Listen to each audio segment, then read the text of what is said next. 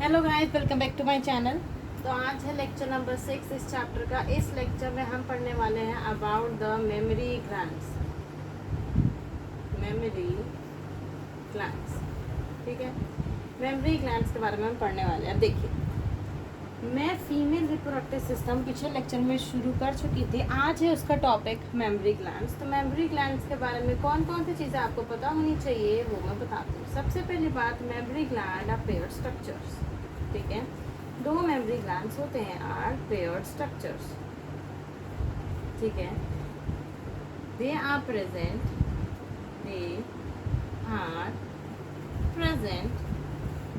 In both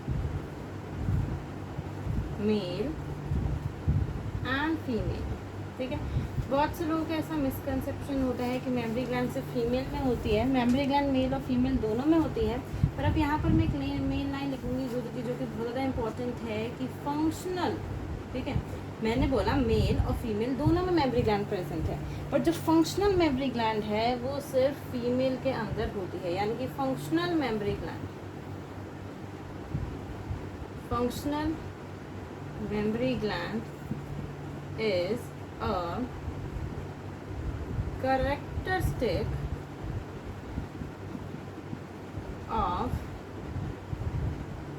mammalian females। मतलब देखिए, आपको पता है कि मेमोरी ग्लैंड जो मैमल्स होते हैं, ठीक है, ह्यूमन बींग्स भी मैमल्स में आते हैं। मैमल्स की जो सबसे इम्पोर्टेंट कैरेक्टरिस्टिक है वो, ठीक है, कि आपके ईयर के पास पिन्ना पाया जाता है, ठीक है, बॉडी पे हेयर पाए जाते हैं। पर जो सबसे ज़्यादा इम्पोर्टेंट चीज़ है जो उसको एक मैमल बनाती है वो मेमोरी ग्लैंड्स। मेमोरी ग्लैंड्स क्या होते हैं? Mammary glands. मैमल्स जितने भी होते हैं उन सब के पास क्या होते हैं? Mammary glands. अब मैंने क्या क्या लिखा है, पहले उसको समराइज करते हैं। मेमोरी ग्लैंड पढ़ने वाले हैं। मेमोरी ग्लैंड कैसे होते हैं? पेयर स्ट्रक्चर होते हैं, दो स्ट्रक्चर होते हैं। They are present in both male and female. ये इंपॉर्टेंट है कि मेल और फीमेल दोनों में होते हैं। और उसके नीचे मैंने लाइन लिखी है कि मेल और फीमेल में से अगर पूछा जाए कि फंक्शनल मेमोरी ग्लैंड किस में है, तो वो सिर्फ और सिर्फ फीमेल में होते हैं। यानी कि functional mammary gland is a characteristic of mammalian females, not mammalian males, ठीक है, ममेलियन फीमेल्स। ये चीज़ें समझ में आती, ठीक है। अब उसके आगे आपको मेमोरी ग्लैंड्स के बारे में क्या क्या चीज़ें पता होनी चाहिए कि memory gland is divided into glandular tissue. पूरा का पूरा जो मेमोरी ग्लैंड होता है वो दो चीज़ों से मिलकर बना होता है। एक होता है ग्लैंडुलर टिश्यू, दूसरा होता है variable amount of fat. Variable amount of fat. अब देखिए इसका मतलब क्या है। यहाँ पर आप लिख लीजिए कि जो ग्लैंडुलर टिश्यू होगा, ठीक है, ग्लैंडुलर टिश्यू फॉर द पूरा जो डक्ट सिस्टम है वो फॉर्म करने वाला है। Variable amount of fat decide करता है कि जो ब्रेस्ट का साइज होगा, जो मेमोरी ग्लैंड है वो वेरी करता है। तभी आपने देखा ब्रेस्ट का साइज वेरी करता है, ठीक है, वेरी करता है वो इसी वेरिएबल अमाउंट ऑफ फैट के कारण, ठीक है। ये चीज़ सिर्फ आपको पता होनी चाहिए, ये इंसान में नहीं रखा। तो glandular tissue variable amount of mammary gland is divided into 2 regions. एक उसमें ग्लैंडुलर टिश्यू पाया जाएगा और एक उसमें वेरिएबल अमाउंट ऑफ क्या पाया जाएगा? फैट। वेरिएबल अमाउंट ऑफ क्या पाया जाएगा? फैट। अब इसके बाद मैं बताना चाहती हूँ, अब देखिए ये मैंने बोल दिया। अब इसके बाद आपको पूरा फ्लो याद करना है। सबसे पहले होते हैं ग्लैंडुलर टिश्यू। अब पूरा फ्लो याद करना है कि इस प्रकार से मिल्क जाता है, ठीक है। ग्लैंडुलर टिश्यू, ठीक है। Glandular tissue is divided into memory. सबसे ज़्यादा क्वेश्चन इसके जो ये ऑर्डर में बताऊंगे उसी पे इम्पोर्टेंट है। तो glandular tissue of each breast, दो ब्रेस्ट है या दो मेमोरी ग्लैंड है, तो of each breast is divided into mammary lobes. अब एनसीईआरटी में दे रखा है कि वो मेमोरी लोब्स कितने हैं। वो मेमोरी लोब्स होते हैं 15 से 20। कितने होते हैं? 15 से 20 होते हैं इन ईच ब्रेस्ट। मतलब ग्लैंडुलर टिश्यू को डिवाइड किया गया, उससे बना मेमोरी लोब्स। उस मेमोरी लोब्स के पास क्लस्टर ऑफ सेल्स थे। मेमोरी लोब्स के पास क्लस्टर ऑफ सेल्स थे जिसे हम एल्वियोलाई कहते हैं, ठीक है। अब ये जो एल्वियोलाई होता है वो सिंथेसाइज करेगा और सिक्रीट करेगा मिल्क को। आपको पता है ना, मेमोरी ग्लैंड से मिल्क निकलता है for the newborn baby and all. So cluster of cells होते हैं, फॉर्म करता है क्लस्टर ऑफ सेल्स, जिसे एल्वेलाई कहा जाता है। यही एल्वेलाई है, एल्वेलाई की जो सेल्स होती है वो सिंथेसिस करती है और सेक्रेट करवाती है मिल्क को। अब देखिए, अब ये जो मिल्क हो गया है वो स्टोर भी तो करना है ना, कहीं पूरा टाइम थोड़ा ना निकलता रहेगा मिल्क। अब ये मिल्क स्टोर हो जाता है इन द ल्यूमन और कैविटीज, ल्यूमन और कैविटीज ऑफ एल्वेलाई। अब देखिए, ये जो पूरा ऑर्डर है, अगर आपसे पूछे ना कि मेम्बर, जैसे जो पूरा का पूरा ऑर्डर होता है, किस प्रकार से मिल्क सक्ड आउट होता है, पूरा ऑर्डर बताइए कि किस तरीके से मेमोरी ग्लैंड्स में ऑर्डर चलते हैं, तो उस पर 3 से 5 नंबर का क्वेश्चन आ सकता है। तो जिस ऑर्डर में मैं लिख रही हूँ कि सबसे पहली बार glandular tissue of each breast is divided into mammary lobes, mammary lobes 15 से 20 होंगे, उन 15 से 20 मेमोरी लोब्स के पास क्लस्टर ऑफ सेल्स होंगे जिसे एल्वेओलाई कहा जाता है। ठीक है, वो एल्वेओलाई ऐसे लिख देना है, एल्वेओलाई ऐसे मतलब प्रॉपर लाइन बना देना, पर आप ऐसे फ्लो चार्ट लिखोगे तो it will be very easier और ये प्रेजेंटेबल भी लगता है। सो एल्वेओलाई का क्या काम है, सिंथेसिस करना और सिक्रीट करना मिल्क को। ठीक है, और वो जो मिल्क है, ऐसा तो नहीं है पूरा टाइम मिल्क निकलता रहता है, एक मतलब कि जब तक एक एक्शन पोटेंशियल नहीं लगता, जब तक एक एक्शन नहीं होता तब तक नहीं निकलता है। तो तब तक के लिए वो कहीं स्टोर करने की तो ज़रूरत है ना, कहीं पर तो स्टोर करना पड़ेगा। तो इसीलिए वो स्टोर, जब तक इजेक्शन नहीं होगी मिल्क की, मतलब कि फॉर्मेशन तो हो गई। यहाँ पर आप लिख लीजिए कि 2 हार्मोन इन्वॉल्व होते हैं, फॉर्मेशन करवाता है प्रोलैक्टिन और इजेक्शन ऑफ मिल्क। ठीक है, मिल्क का निकलना, इजेक्शन ऑफ मिल्क करवाता है आपका ऑक्सीटोसिन, ऑक्सीटोसिन। ठीक है, ये इंपॉर्टेंट है। सो मैंने बोला कि ल्यूमन और कैविटीज़ जो होंगी एल्वेओलाई की, ल्यूमन और कैविटीज़ जो होंगी एल्वेओलाई की, उसके अंदर मिल्क जो है वो स्टोर आउट हो जाता है। इतना लिख लिया, इसके आगे बढ़ते हैं। देखिए, मैंने आपको क्या कहा कि सबसे पहले ग्लैंडुलर टिश्यू होगा, मेमोरी लोब्स होंगे 15 से 20, उनके पास एल्वेओलाई होगा। अब देखिए, अब ये जो एल्वेओलाई था उसमें मिल्क जो है हो चुका है। ठीक है, सेकेंड मान लीजिए कि ये आपके हो गए alveoli. Let's take an example कि दिस इज द एल्वेओलाई,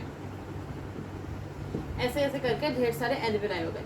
अब इन एल्वेओलाई से कुछ डक्ट्स निकल रही होंगी। ठीक है, इस प्रकार से इन एल्वेओलाई से कुछ डक्ट्स निकल रही होंगी। ठीक है, मान लीजिए मैंने बना दिया एल्वेओलाई, मैंने बना दिया एल्वेओलाई।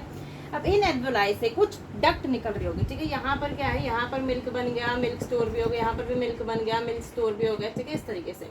अब ये जो एल्वेओलाई है, ठीक है, मिल्क बन रहा है, मिल्क स्टोर हो रहा है। अभी जो एल्वेओलाई की आपको डक्ट दिखाई दे रही है, इन्हें क्या बोला जाता है, इन्हें बोला जाता है मेमोरी टिब्यूल्स। क्या बोला जाता है, मेमोरी टिब्यूल्स बोला जाता है। ठीक है, मेमोरी टिब्यूल्स। तो आपको क्या समझना है कि ये हो गया आपका एक लोब। ठीक है, इसको आप लिख सकते हैं, ये मैंने एक बना के दिखाया, ऐसे 15 से 20 होते हैं, इसको ध्यान रखिएगा, मेमोरी लोब। ठीक है, मेमोरी लोब, ये मैंने एक बना के दिखाया है, ऐसे 15 से 20 होते हैं। अब इसमें क्या होगा, क्लस्टर ऑफ सेल्स होंगे, इस प्रकार से क्लस्टर ऑफ सेल्स होंगे, जिसे मैं एल्वेओलाई भी कह सकती हूँ। ठीक है, इन एल्वेओलाई से निकल रही होंगे कुछ डक्ट। ठीक है, इन डक्ट को क्या कहा जा सकता है, ये जो एल्वेओलाई से डक्ट निकल रही है उन्हें आप कह सकते हो मेमोरी टिब्यूल्स। ठीक है, इसी को मैं यहाँ पर दिखा रही हूँ। ठीक है, ये पूरा स्ट्रक्चर आपको समझ में आना चाहिए। अब ये जो मेमोरी टिब्यूल्स है, ये सारी की सारी मेमोरी टिब्यूल्स एक में जाके इकट्ठा हो जाएंगे। ये ठीक है, मैंने जो 5 बनाई, ये सारी की सारी मेमोरी टिब्यूल्स एक जगह पे जाके इकट्ठा हो जाएंगी, उसे हम कहेंगे मेमोरी डक्ट। क्या कहेंगे, मेमोरी डक्ट। यानी कि आप ऐसे लिख सकते हैं, मैं बोल देती हूँ, आप लिख लीजिएगा कि सेवरल मेमोरी टिब्यूल्स, बहुत सारी जो मेमोरी टिब्यूल्स होंगी। ठीक है, सेवरल मेमोरी टिब्यूल्स मिलके वो एक साथ जुड़ के मेमोरी डक्ट बना देंगी। सेवरल मेमोरी टिब्यूल्स, क्या बोला मैंने, सेवरल मेमोरी टिब्यूल्स मिलके, सेवरल मेमोरी टिब्यूल्स मिलके क्या बना देगी, मेमोरी डक्ट बना देंगी। सेवरल मेमोरी टिब्यूल्स मिलके मेमोरी डक्ट बना देगी। अब इस मेमोरी डक्ट के बाद आपका एक छोटा सा डक्ट और पाया जाएगा, सॉरी, इसके बाद आपको दिखेगा वाइडर पार्ट। देखिए, आप बताइए, ये सिंपल सी बात है, जैसे एक पाइप जा रही है। ठीक है, तो ठीक है, एक पाइप जा रही है, आराम से सिक्रेशन, मान लीजिए कि एक पाइप थी और यहाँ से पानी जो है बाहर निकलता है। ठीक है, ये एक सिनेरियो है कि ये पाइप है और यहाँ से पानी बाहर निकलता है। दूसरा सिनेरियो क्या है कि एक ये पाइप हो गया, दूसरा पाइप हो गया, तीसरा पाइप हो गया, चौथा पाइप हो गया, ये सारे के सारे पाइप एक जगह पे जाके मिलते हैं, तो और फिर ये ओपन होते हैं और फिर यहाँ से पानी बाहर निकलता है। तो आप ही बताइए, जब ये यहाँ मिलते हैं तो यहाँ एक मोटा सा पाइप बन जाएगा कि नहीं, बन जाएगा। तो ऐसे ही होता है, जैसे अब यहाँ पर बहुत सारी सिक्रीशंस है, तो इसकी वजह से यहाँ पर एक मोटी सी जगह बन जाती है जिसे कहा जाता है मेमोरी एम्प्यूला। क्या कहा जाता है? मेमोरी एम्प्यूला कहा जाता है। एम्प्यूला का मतलब होता है किसी प्रकार का फूला हुआ पार्ट। तो मैंने बोला सबसे पहले ग्लैंडुलर टिश्यू होगा, ठीक है, सबसे पहले ग्लैंडुलर टिश्यू होगा। Glandular tissue is further divided into mammary lobes, 15 से 20 मेमोरी लोब्स। उन मेमोरी लोब्स के पास एल्वेओलाई होंगी, ठीक है। उन एल्वेओलाई की डक्ट्स को मेमोरी ट्यूब्यूल्स कहा जाता है। बहुत सारी मेमोरी ट्यूब्यूल्स मिलकर मेमोरी डक्ट बनाएंगे, और वो जो मेमोरी डक्ट होगी वो एक जगह पे जाके फूल जाएगी, जिसे मेमोरी एम्प्यूला कहा जाता है। अब वो अल्टीमेटली ओपन होगी lactiferous, which is very very important. इस पर क्वेश्चन आता है कि अल्टीमेटली कौन से डक्ट होते हैं? वो लेक्टिफेरस डक्ट होती है। और लेक्टिफेरस डक्ट ही वो जगह है जहाँ से milk is sucked out by the baby, ठीक है। Milk is sucked out by the new born baby and so milk is sucked out. तो आपसे पूछेंगे milk is sucked out from which duct, कौन से ऐसी डक्ट जो एंड में पाई जाती है? तो वो होती है लेक्टिफेरस डक्ट। क्या होती है? लेक्टिफेरस होती है। तो यहाँ पर होता है निपल, ठीक है, आप ऐसे लिख लीजिए, यहाँ पर क्या होता है? निपल, ठीक है।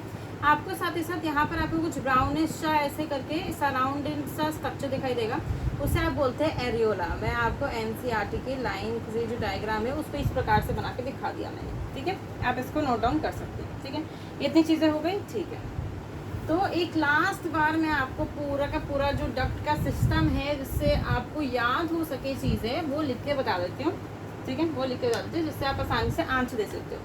सबसे पहले आपका पाया जाएगा ग्लैंडुलर टिश्यू।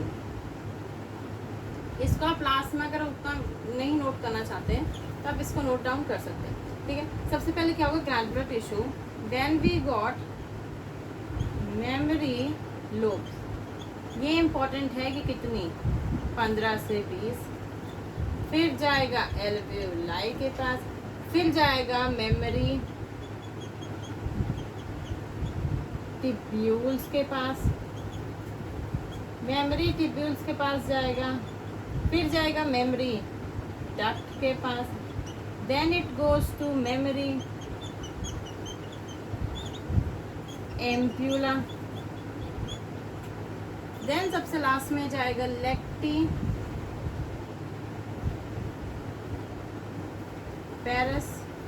डक्ट, ठीक है, लेक्टिफेरस डक्ट। ये पूरा ऑर्डर है from which the milk is sucked out. तो इस पूरे ऑर्डर को आप नोट डाउन कर सकते हैं, ठीक है। अब इतनी चीज़ें मैंने बता दी। मैंने आपको मेल रिप्रोडक्टिव सिस्टम के बारे में बता दिया, फीमेल रिप्रोडक्टिव सिस्टम के बारे में बता दिया। सबसे लास्ट वाला जो पार्ट उसका रहता था वो मेमोरी ग्लैंड वाला रहता था, कि इस प्रकार से मैं एक लास्ट पार्ट है जो कि एनसीईआरटी के डायग्राम में दे रखा है, कि ऐसे करके आपको दे रखा होगा कि ये ब्रेस्ट है, ठीक है। जो ब्रेस्ट रेस्ट करता है, वो होता है pectoralis major muscle, pectoralis major muscle which is important, ठीक है। इसका आप नोट डाउन कर सकते हैं। कौन सा होता है? पेक्टोरेलिस मेजर मसल होती है, ठीक है। अब देखिए, इतने पार्ट कवर होने के बाद अब जो इसका नेक्स्ट पार्ट होगा वो होता है मेमोरी ग्लैंड कंप्लीट होने के बाद होता है गैमीटोजेनेसिस। क्या होता है? गैमीटोजेनेसिस होता है, ठीक है। क्या होता है? गैमीटोजेनेसिस होता है। अच्छे से लिखते हैं, गैमीटोजेनेसिस। अब देखिए जी, गैमीटोजेनेसिस, पहले इस टर्म को ब्रेक करिए। यहाँ पर क्या है? गैमीट प्लस में जेनेसिस का मतलब होता है फॉर्मेशन, गैमीट का फॉर्मेशन। सबसे पहले मैं आपको बताऊं तो सबसे पहले हमें देखना है स्पर्मेटोजेनेसिस, और स्पर्मेटोजेनेसिस के बाद देखना है oogenesis। स्पर्मेटोजेनेसिस का मतलब होगा sperm formation,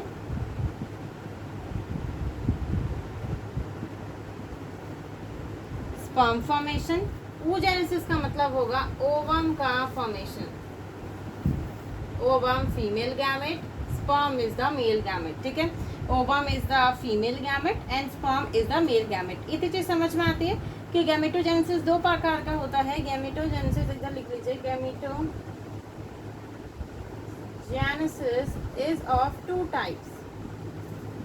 is of two types, spermatogenesis oogenesis। तो यहाँ पर अगर आपको समझ में नहीं आ रहा है तो जेनेसिस का मतलब होता है फॉर्मेशन, ठीक है।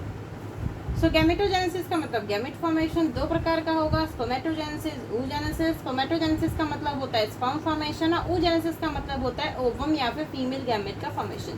तो अभी जो एनसीईआरटी में जिस ऑर्डर में दे रखा है हम उसी ऑर्डर में इसको कवर अप करेंगे। तो सबसे पहले आपको दे रखा है स्पर्मेटोजेनेसिस, तो हम स्पर्मेटोजेनेसिस से ही शुरुआत करते हैं, ठीक है। तो स्पर्मेटोजेनेसिस के बारे में आपको क्या क्या लाइंस लिखनी है। सबसे पहले आप लिखिए स्पर्मेटोजेनेसिस स्टार्ट्स एट प्यूबर्टी। ये बहुत ज़्यादा इम्पोर्टेंट है। सबसे पहले आप याद ये चीज़ लिखिए कि स्पर्मेटोजेनेसिस स्टार्ट्स एट प्यूबर्टी। दूसरी चीज़ आपको लिखनी है oogenesis starts at embryonic development, ठीक है। एम्ब्रॉयनिक डेवलपमेंट जब वो मदर के वूम्ब में है तब उस एम्ब्रॉयनिक डेवलपमेंट में जब पूरा जेस्टेशन पीरियड चल रहा है। सो ये दो इज द रिमार्केबल डिफरेंस, उसको आपको बहुत अच्छे से लर्न होना चाहिए कि spermatogenesis starts at puberty and oogenesis starts at embryonic development. अब देखिए मैंने आपको बोला, आप ऐसे पूछोगे ना कि जैसे उसकी जो पूरी लाइफ थी, जब वो 2 साल का था, 5 साल का था, 10 साल का था, 11 साल का था, प्यूबर्टी अराउंड 12 to 14 एज तक आ जाती है। तो जब वो 12 साल का हुआ तभी ऐसा क्यों देखने के लिए मिला, तभी स्पर्मेटोजेनेसिस की प्रोसेस क्यों देखने के लिए मिली, ठीक है। तो तो आपको पता होना चाहिए कि प्यूबर्टी के समय, ठीक है, इसको मैं पहले पूरा रब कर देती हूँ, इतनी चीज़ आपने लिख ली क्योंकि अभी हम स्पेसिफिकली बात करने वाले हैं मेल के केस में, ठीक है। तो आपको लिखना है कि ड्यूरिंग प्यूबर्टी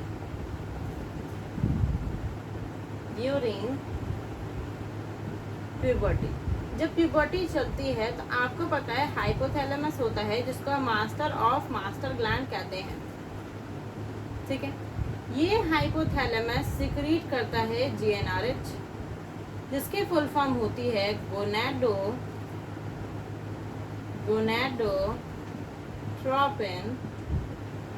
रिलीजिंग हार्मोन, ठीक है। अब देखिए मैंने बोला जब प्यूबर्टी हो गया अराउंड 12 to 14 ईयर जब होगा वो लड़का जो भी है, तो उस समय क्या होगा, जो आपका हाइपोथैलेमस है वो सिक्रीट करता है GnRH जिसकी फुल फॉर्म होती है गोनाडोट्रोपिन रिलीजिंग हार्मोन। अब देखिए जब प्यूबर्टी होगी तो इस हार्मोन की मात्रा बहुत ज़्यादा बढ़ जाएगी ब्लड के अंदर, ठीक है। इस हार्मोन की मात्रा बहुत ज़्यादा बढ़ जाएगी ब्लड के अंदर। अब देखिए इसकी डेफिनेशन से ही समझ में आता है गोनाडोट्रोपिन रिलीजिंग हार्मोन, ऐसा हार्मोन जो कि गोनाडोट्रोपिन रिलीज करवाए। और गोनाडोट्रोपिन दो होते हैं, LH और FSH, ठीक है, LH और FSH। तो GnRH की फुल फॉर्म ही बताती है कि गोनाडोट्रोपिन रिलीजिंग हार्मोन, ऐसा हार्मोन जो कि गोनाडोट्रोपिन रिलीज करवाए, ठीक है। गोनाडोट्रोपिन रिलीज करवाने के लिए ये वर्क करेगा एंटीरियर पिट्यूटरी के ऊपर, एंटीरियर पिट्यूटरी के ऊपर ये वर्क करेगा और दो चीज़ें निकलवाएगा, एक निकलवाएगा LH, दूसरा निकलवाएगा FSH। LH की फुल फॉर्म होती है ल्यूटिनाइजिंग हार्मोन, लुट गए, ल्यूटिनाइजिंग हार्मोन। FSH की फुल फॉर्म होती है जी follicle stimulating hormone, follicle stimulating hormone, ठीक है। पहले इतनी चीजें लिखिए। मैंने क्या बोला कि ड्यूरिंग प्यूबर्टी, जब प्यूबर्टी चल रही है, सो हाइपोथैलेमस जिसको मास्टर ऑफ मास्टर ग्लैंड कहते हैं वो सिक्रीट करेगा GnRH। जब प्यूबर्टी होगी तो GnRH की वैल्यू ब्लड में बहुत ज़्यादा बढ़ जाएगी और GnRH की फुल फॉर्म ही होती है गोनाडोट्रोपिन रिलीजिंग हार्मोन जो कि गोनाडोट्रोपिन को सिक्रीट करवाएगा, ठीक है जी। गोनाडोट्रोपिन को सिक्रीट करवाने के लिए वो वर्क करेगा एंटीरियर पिट्यूटरी पे। पिट्यूटरी जो ग्लैंड होता है उसके दो पार्ट होते हैं, एक एंटीरियर पिट्यूटरी, एक पोस्टीरियर पिट्यूटरी। तो it will work on anterior pituitary. Anterior pituitary पे वर्क करने के बाद वो एक निकलवाएगा LH, एक निकलवाएगा FSH। LH की फुल फॉर्म होती है ल्यूटिनाइजिंग हार्मोन, FSH की फुल फॉर्म होती है फॉलिकल स्टिमुलेटिंग हार्मोन। इतनी चीजें लिख ली, ठीक है। आगे बढ़े, ओके, यहाँ से मिटा लेते हैं। अब देखिए LH और FSH से आपको देखना है। मैंने बोला दो चीज़ें सिक्रीट हुई, एक LH सिक्रीट हो गया है, अब एक FSH सिक्रीट हो गया है। ये LH वर्क करेगा लेडिक सेल पे। अब आप मुझसे मत पूछेगा कि लेडिक सेल क्या होता है, मैं पहले ही आपको बहुत अच्छी तरीके से लेडिक सेल को पढ़ा चुकी हूँ। FSH वर्क करेगा सर्टोली सेल पे, और सर्टोली सेल भी मैं आपको पढ़ा चुकी हूँ, ठीक है। FSH वर्क करेगा सर्टोली सेल पे। जब कोई भी हार्मोन इस पे वर्क करेगा तो ये क्या करवाएगा, लेडिक सेल को ये कमांड देगा कि भाई तू लेडिक सेल है, ठीक है, ये लेडिक सेल का बॉस हो गया। वो लेडिक सेल से बोलेगा कि भाई तू बना और सिक्रीट कर, सिंथेसिस और सिक्रीट कर टेस्टिकुलर हार्मोन्स को, टेस्टिस के हार्मोन्स को, जिसकी वजह से बहुत आसानी से हमारा टेस्टिस काम कर पाए, जिसमें से जो मेन होता है वो होता है टेस्टोस्टेरोन, जिसका आपने बहुत बार नाम सुना होगा डे टू डे लाइफ में। सो ड्यूरिंग प्यूबर्टी आपको पता था इंटीरियर पिट्यूटरी दो चीज़ें निकाल रहा है, एक LH निकाल रहा है, एक FSH निकाल रहा है। LH वर्क कर रहा है लेडिक सेल्स पे, लेडिक सेल्स पे वर्क करने के कारण वो लेडिक सेल को कमांड दे रहा है कि भाई मैं तेरे को वर्क कर रहा हूँ, तू जल्दी से जल्दी सिक्रीट कर, खुद बना टेस्टिकुलर हार्मोन को, जिसे कहा जाता है एंड्रोजन। उस एंड्रोजन इज अ ग्रुप, उसमें से एक जो मेन हार्मोन होता है वो टेस्टोस्टेरोन होता है। टेस्टोस्टेरोन का क्या काम है, वो क्या करता है, आपकी जो स्पर्मेटोजेनेसिस की प्रोसेस होती है, स्पर्म फॉर्मेशन की प्रोसेस होती है, उसके लिए बहुत ज़्यादा इंपॉर्टेंट होता है। ये उस प्रोसेस को फास्ट कर देता है, समझ में आया, ठीक है। और फास्ट प्रोसेस बहुत ज़्यादा ज़रूरी है, ठीक है। सर्टोली सेल का क्या काम है, सर्टोली सेल में जो NCERT में दे रखा है, एक्स्ट्रा चीज़ें मैं आपको नहीं पढ़ाऊंगी, ठीक है, इसमें काफ़ी सारी चीज़ें एक्स्ट्रा होती हैं, ठीक है, उनकी अभी कोई रिक्वायरमेंट नहीं है। जो NCERT में लाइन दे रखी है वो बताती हूँ। सर्टोली सेल पे FSH काम करके क्या करता है, वो कुछ सम फैक्टर्स निकलवाता है रिक्वायर फॉर स्पर्मियोजेनेसिस, देखिए इतने पार्ट को हम फिर से लिखते हैं। वो कुछ फैक्टर्स को रिलीज करवाता है, some factors require for spermiogenesis, ठीक है, स्पर्मियोजेनेसिस। तो आपको टैक्टली लाइन लिखनी है कि some factors require for spermiogenesis. वो फैक्टर्स होते हैं ABP, इनिबिन, पर उस पर आपको नहीं जाना, जो NCERT में दे रखा है उसी पे आप रिलाई करिए, ठीक है। इतनी चीज़ें हो गई, ठीक है। अगर वो सम फैक्टर मतलब क्या है स्पर्मियोजेनेसिस, मैं बताऊंगी आगे क्या होता है। अभी के लिए हम इस लेक्चर को यहीं पर एंड करते हैं, ठीक है। इतनी चीज़ें मैंने आपको पढ़ा दी हैं। अब जो मेन जो पूरा है कि आप पूछोगे कैसे स्पर्म फॉर्मेशन होती है, किस तरीके से वो काम किया जाता है, उसको मैं आपको नेक्स्ट लेक्चर में कवर करवाऊंगी, लेक्चर नंबर 7 में। तो मिलते हैं लेक्चर नंबर 7 में। Please subscribe to my channel, like करिए, शेयर करिए और सब्सक्राइब करिए। Thank you.